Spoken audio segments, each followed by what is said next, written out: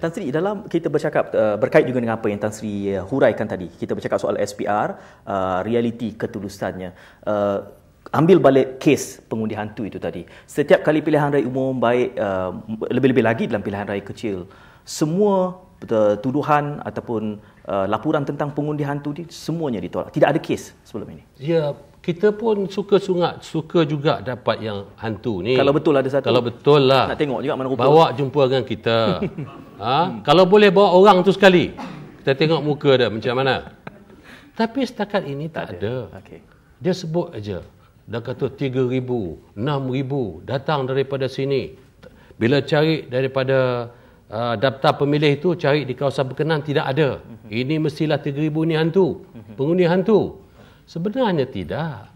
Mereka ini dulu masa mendaftar, alamatnya di situ. Okay.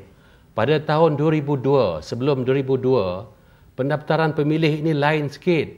Masa itu boleh daftar ramai-ramai mengikut alamat-alamat tertentu. Tapi selepas 2002, pendaftaran pemilih mesti mengikut alamat di kad pengenalan. Okay. Jadi yang daftar sebelum ini, yang 2002 ni, ini yang terjadi ni. Okay. Mereka tidak tukar alamat di JPN, tak beritahu kita kepada SPR. Okay. Tapi bila pilihan raya kecil ataupun pilihan raya umum, mereka balik. Beribu-ribu balik daripada tempat-tempat tertentu datang membuang undi. Yeah. Di situ. Jadi ini yang disebutnya pengundi hantu. Sebenarnya tidak. Bukan itu pengundi hantu. Dia adalah pengundi yang sah di sisi undang-undang. Cuma dia duduk tempat lain tetapi alamat kad benalannya di tempat lain. Okey.